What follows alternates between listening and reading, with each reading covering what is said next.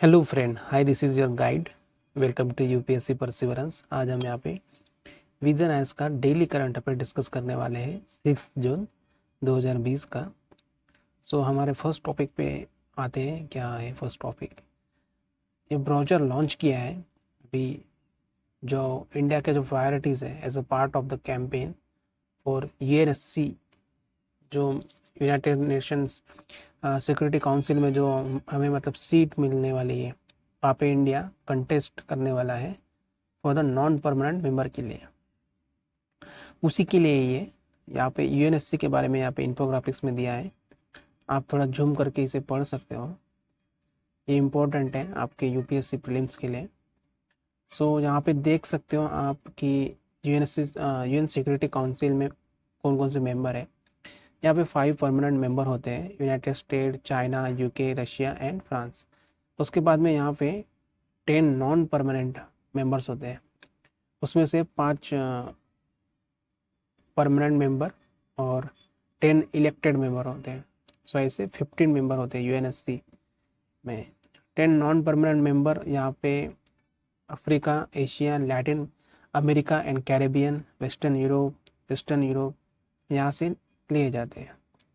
और यहाँ पे हर साल जनरल असेंबली में 5 जो होते हैं नॉन परमानेंट मेंबर यहाँ पे 2 साल के लिए इलेक्ट किए जाते हैं, मतलब चुने जाते हैं। अब ये जो 10 नॉन परमानेंट सीट है डिस्ट्रीब्यूटेड होती है, ये 5 होते हैं अफ्रीकन एंड एशियन स्टेट से, 1 होती है ईस्टर्न यूरोपियन स्टेट से, and 2 from Latin American state and 2 from western European and other state से।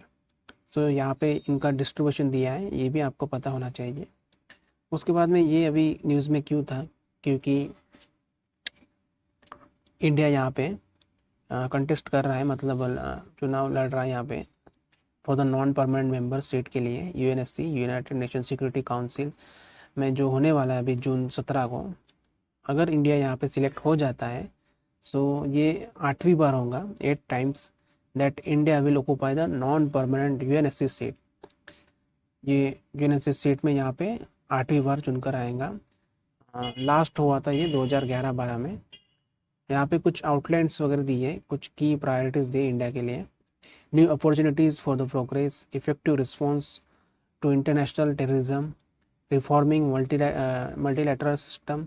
उसके बाद में यहाँ पे comprehensive approach to international peace and security, promoting technology with the human touch as a driver of solution. ऐसे ये की प्रायोरिटीज़ दी है, मतलब इंडिया के लिए ये टॉप प्रायोरिटी है। इन बेसिस पे इनको यहाँ पे आउटलाइन किया गया है, ये इंडिया के लिए बहुत ज़रूरी है। यहाँ पे टेररिज्म हो, मल्टीलैटरल सिस्टम हो, या फिर जो भी अपॉर्चुनिटीज़ है, ग्रोथ वगैरह है, इंडिया का यहाँ पे अप्रोच है। और इसको गाइड किया है 5S द्वारा। यहाँ पे सम्मान, रिस्पेक्ट, संवाद, डायलॉग, सहयोग, कोऑपरेशन, शांति, पीस, समृद्धि, प्रॉस्पेरिटी। ये ब्रैकेट में दिया है, इंग्लिश में है उसका ट्रांसलेशन हिंदी का।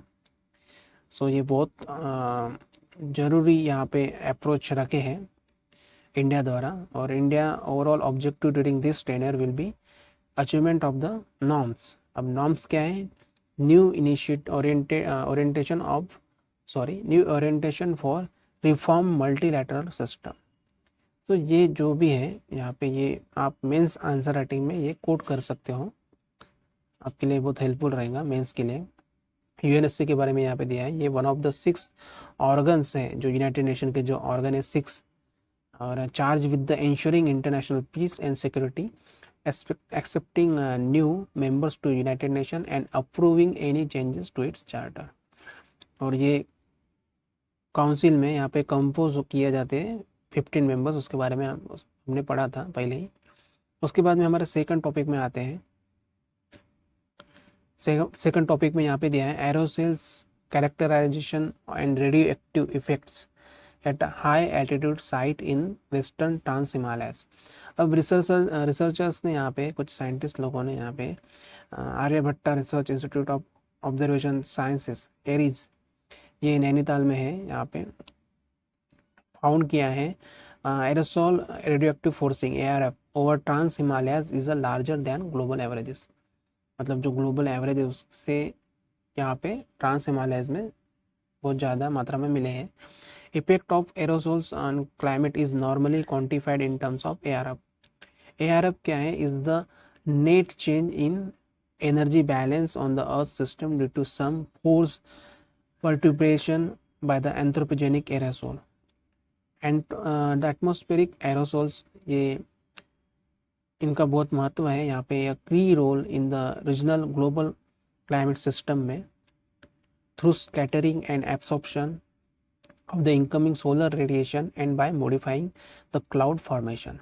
Also, the transport of light absorbing carbonaceous aerosols and dust from the polluted Indo-Gangetic plain and desert areas over the Himalayas constitute a major climatic issue due to the severe impact on atmospheric warming and the glacier threat. उसके बाद में researchers ने यहाँ पे बताया है a monthly mean ARF of aerosols lead to heating rates of 0.04 to 0.13 degree Celsius per day. अब जो हीटिंग होती है over the Himalaya strength the temperature gradient between the land and the ocean and modifies the atmospheric circulation and the monsoon rainfall. Physical drivers of the climate change के बारे में यहाँ पे बताया है, दिया गया है। कार्बन डाइऑक्साइड सबसे ज़्यादा है, मीथेन है, हेलोजन्स है, nitrous oxide and other gases. उसके बाद में जो एरोसेल होते हैं, aerosol, cloud influence, land reflectivity, सन। सो यहाँ पे ये ग्राफिकली यहाँ पे बताया है। रेडियो एक्टिव फोर्सिंग ये एक मेजर होता है of the influence factor, example green house gases, aerosols, cloud surface albedo has an in altering the balance of the incoming and the outgoing energy in the earth atmosphere system is an index of the importance of the factor as potential climate change mechanism, और ये express किया जाता है VAT पर metre square द्वारा। उसके बाद हम थर्ड टॉपिक में आते हैं हमारे। Ministry of civil aviation notifies draft unmanned aircraft system UAS rule 2020। अब इस रूल में यहाँ पे रेगुलेट किया गया है importing, manufacturing, owning drones, drone force और एयरपोर्ट फॉर ड्रोन्स को। और जनवरी में यहाँ पे रिलीज़ किया थी ड्रोन पॉलिसी 2.0, और यहाँ पे उसमें बताया गया था मतलब जो वाइडर एप्लीकेशंस हैं ड्रोन्स के बारे में, यहाँ पे deliver of the goods beyond in visual line of sight. अब यहाँ पे इंडिया में no permission no take off clause है फॉर एरियल अनमैन्ड ऑब्जेक्ट्स के लिए विच रिक्वायर्स परमिशन लगती है through the digital sky platform to fly drones, मतलब ड्रोन उड़ाने के लिए यहाँ पे परमिशन लगती है। और वो परमिशन कहाँ से ली जाती है? डिजिटल स्काई प्लेटफॉर्म, वहाँ पे रजिस्टर करना होता है। की गाइडलाइंस यहाँ पे दी है, drones can be sold only to individual above the 18 years old और entity above approved by the DGCA. Drones should not carry any payload except as permitted by the DGCA. DGCA has earlier permitted food startup like Zomato, Swiggy to conduct trials for the drone BVLOs. Only nano class drone less than 250 grams will be allowed to operate in Indian general, और यहाँ पे qualified remote pilot ये permitted किया जाता है to operate heavier drones के लिए। No drone शाल operate without insurance policy, मतलब इंश्योरेंस पॉलिसी मैंडेटरी है यहाँ पे, उसके सिवा यहाँ पे ऑपरेट नहीं किया जा सकता है drone. Businesses operating drones have to be substantially own and effectively controlled by the Indian nationals and drone offers low cost safe quick aerial survey for the data collection. Use of the drone has increased due to the coronavirus lockdown for the purposes like surveillance, disinfection, videography. So यहाँ पे drones का महत्व आगे बढ़ने वाला है, और मतलब नेचुरल कैलेमिटीज़ होती है, बाढ़ आती है, मिलिट्री में, सर्वेलेंस में, वीडियोग्राफी करने में, मूवीज़ वगैरह में, बहुत जगह यहाँ पे ड्रोन्स यूज़ किए जाते हैं। आप सभी को पता होगा ड्रोन्स के बारे में, उसके यूजेस के बारे में। इसके बाद में हमारे नेक्स्ट टॉपिक में आते हैं national human rights NHRC, human rights commission जो है NHRC, इन्होंने मतलब अभी सुप्रीम कोर्ट में इंटरवेंशन ऑन माइग्रेंट क्राइसिस के बारे में यहाँ पे दिया है। सो सुप्रीम कोर्ट में यहाँ पे एडमिट किया है NHRC application for the consideration of implementation of its propose short term and long term measures है for safeguarding the human rights of migrant जो होते हैं उनकी रक्षा के लिए या फिर उनकी सुरक्षा के लिए।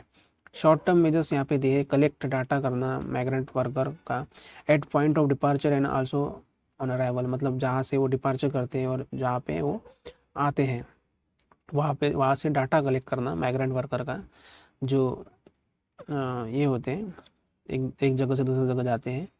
उसके बाद में स्टेट यहाँ पे इंश्योर करेगा proper functioning of the shelter homes, उनके लिए मतलब प्रॉपर सुविधा दी जाए घर मतलब रहने के लिए, जहाँ भी वो जाते हैं और जहाँ पे वो जॉब करने के लिए या फिर अपने घर होम टाउन में जाते हैं वहाँ पर, specially for the accommodation of the pregnant women, lactating mothers, childrens, elderly person, इन सभी के लिए मतलब यहाँ पे स्पेशल मतलब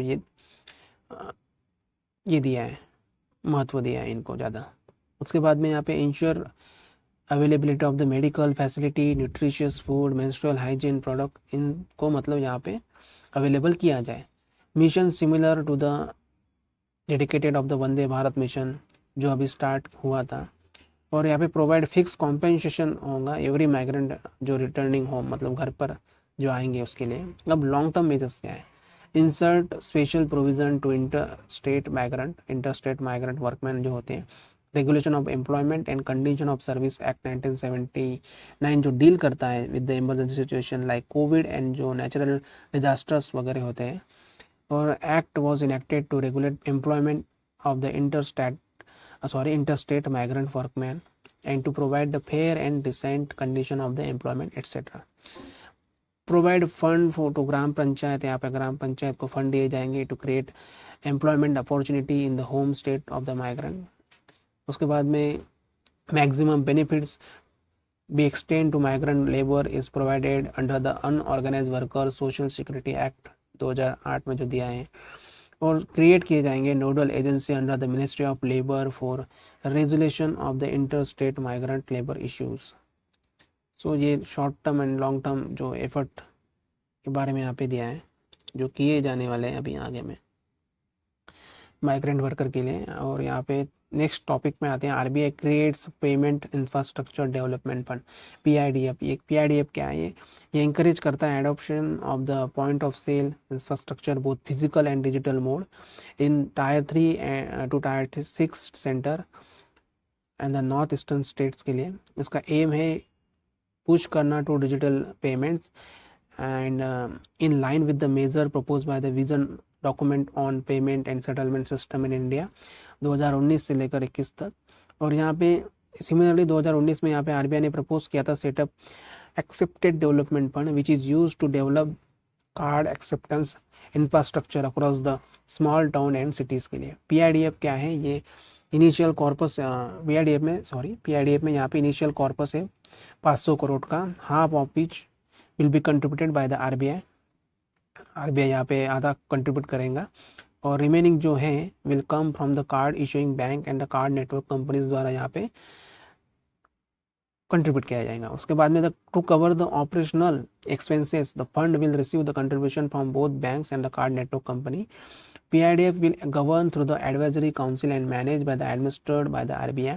क्लासिफिकेशन दी है यहाँ पे टायर वाइज, टायर 1 से लेकर टायर 6, और यहाँ पे एज पर 2011 का जो सेंसस है उसके द्वारा अलग अलग टायर में। सो आप एक बार ये देख सकते हो।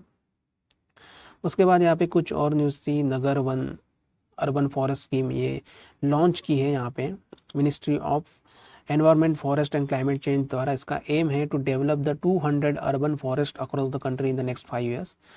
और यहाँ पे इसका फोकस है on people participation and collaboration between the forest department, municipal bodies, NGO, corporates and local citizens. इन लोगों पर मतलब इनका फोकस है। और ये focus to plant trees on the land that has been mark as a forest land but do not have any trees. Forest once establish will be maintain by the state government. उसके बाद यहाँ पे healthy and efficient buildings initiative के बारे में यहाँ पे दिया है। ये लॉन्च किया गया है यहाँ पे energy efficiency services limited in partnership with the US agency for the international development USAID। Market integration and transformation programme for the energy efficiency Maitri programme द्वारा ये लॉन्च किया है। मैत्री एक पार्ट है यूएस इंडिया बायोलेटरल पार्टनरशिप का between the ministry of power and US aid aim at accelerating the adoption of the cost-effective energy efficiency within the building, etc. Initiative will pioneer the way to make workplace healthier and greener और address करेंगे challenges of retrofitting existing building and air conditioning system so that they are both healthy and energy efficient. उसके बाद में यहाँ पे hashtag I commit initiative के बारे में दिया है। हैशटैग आई कमिट इनिशिएटिव क्या है ये देखते हैं। ये मिनिस्ट्री ऑफ पावर ने यहाँ पे इनिशिएट किया है आई commit hashtag I commit campaign on the occasion of world environment day. World environment day के दिन यहाँ पे ये इनिशिएट किया गया मिनिस्ट्री ऑफ पावर ने। और ये कॉल करेगा यहाँ पे ऑल स्टेक होल्डर मतलब इनवाइट करेगा individual to continue moving towards the energy efficiency renewable energy sustainable to create the robust and resilient energy system in the future. और ये लीड करेगा by the energy efficiency services limited ESL द्वारा।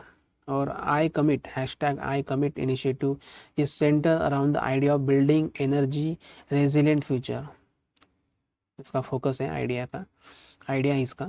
और inter parliamentary alliance on China इसके बारे में यहाँ पे न्यूज़ दी है।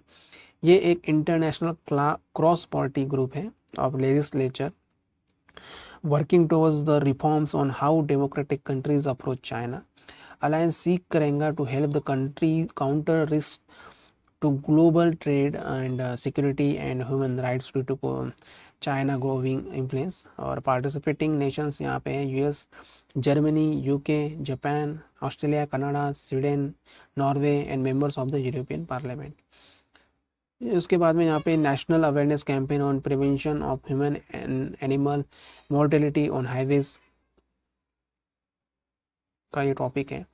और ये लॉन्च किया है यहाँ पे Ministry of Road Transport and Highways for generating awareness and education for the masses at large towards reducing or eliminating mortality on the roads।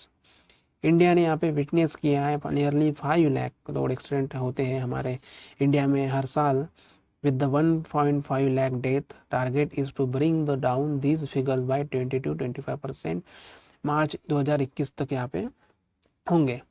NGO and social organisation ने यहाँ पे पूछा है to locate the black spot for animals on the road. So ये हमने current affair यहाँ पे discuss किया 6 जून 2020 का। सो ऐसे डेली करंट अफेयर में यहाँ पे डिस्कस करता हूँ। सो अगर आपको कुछ यहाँ पे सजेशन और या कुछ फीडबैक वगैरह देने हो सो आप मुझे कमेंट सेक्शन में दे सकते हो। मेरे चैनल को subscribe like comment and share कर सकते हो। Thank you so much. Good night.